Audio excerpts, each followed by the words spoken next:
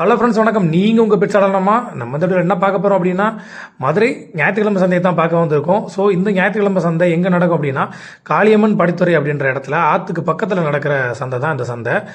வீட்டில் இருந்து வளர்க்குறவங்களாம் விற்பனைக்கு அவங்களோட வளர்ப்பு பிராணிகளை இங்கே கொண்டாந்து விற்பனை பண்ணுவாங்க. வாங்குறவங்களுமே நிறைய பேர் வருவாங்க. ஸோ ஊரை சுற்றி மழை பெஞ்சிட்டு இருக்கு அப்படின்றனால விற்பனையாளர்களோட வரத்து கொஞ்சம் கம்மியாக இருந்துச்சு. அதனால் விற்பனைக்கு வந்திருக்க பொருளுமே கொஞ்சம் வரத்து கம்மியாக இருந்துச்சு. கோழி சேவல்கள் நிறையா வந்துருந்துச்சு. முட்டையுமே நிறையா விற்பனைக்கு வந்துருச்சு.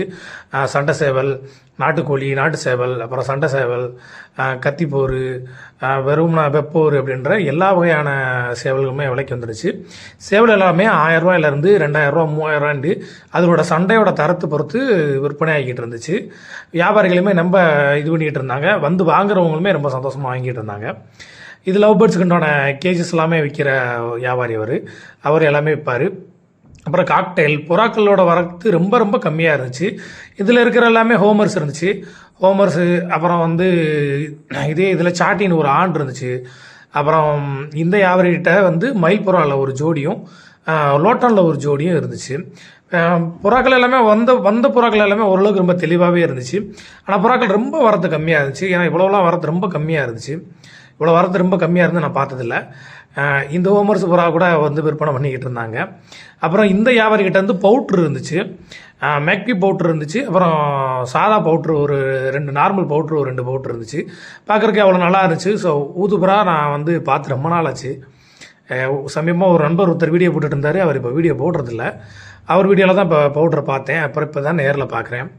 சன்குனூர் ஹேண்ட் ஃபீடிங் சிக்கு, அப்புறம் பைனாப்பிள் கண்ணூர், இந்த மாதிரி ஹேண்ட் ஃபீடிங் சிக் எல்லாமே 2500 ரூபாயிலேருந்து 3000 ரூபா 4000 ரூபாய்க்குள்ளே தான் இருந்துச்சு.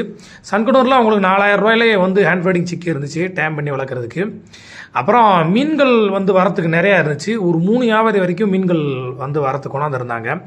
இந்த வியாபாரி ரெகுலராக இங்கே கடை போடுவார். ஸோ இவரோட அடுத்து போனேன்னா நான் இவரோட நம்பர்லாம் வாங்கி உங்களுக்கு கொடுக்க முயற்சி பண்ணுறேன். உங்களுக்கு தேவைன்னா நீங்கள் இவரை கான்டாக்ட் பண்ணி வாங்கிக்கலாம்.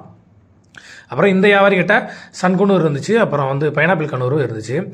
அப்புறம் இது ஆம்ஸ்டர் வச்சுருந்தார். ஆம்ஸ்டரில் 2-3 வெரைட்டி ஆம்ஸ்டர் இருந்துச்சு. அப்புறம் கினிபிக் இருந்துச்சு.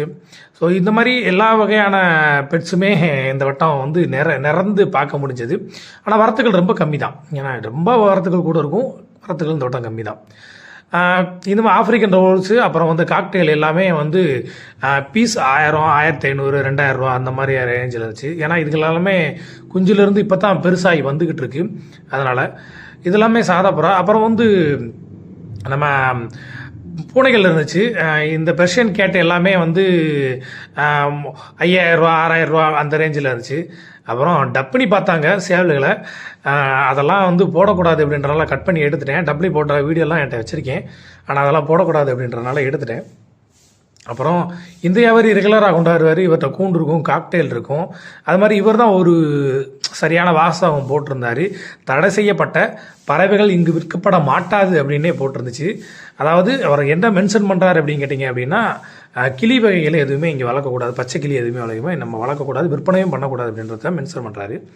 பெர்ஷியன் கேட்டு கிட்டத்தட்ட ஒரு 4-5 கேட் வரைக்கும் இருந்துச்சு. எல்லாமே நல்லா இருந்துச்சு. ரேட்டுமே ஓரளவுக்கு ரீசனலாக அஃபோர்டபுள் ரேட்லாம் இருந்துச்சு. அது ப்ரெக்னெண்ட்டாக இருக்கா இல்லையா அப்படின்றத கூட செக் பண்ணிலாம் பார்த்துக்கிட்டு இருந்தாங்க. வாங்குறவங்களும் பேசி ரேட்டு படிஞ்சு வாங்கிட்டு போய்கிட்டு இருந்தாங்க.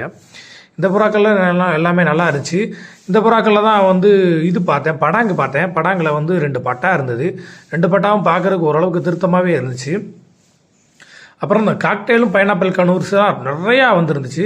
எல்லாமே வாங்கி, அதாவது குஞ்சிலேயே வாங்கி அதை ஊட்டி டேம் பண்ணியே விற்றுக்கிட்டு இருந்தாங்க.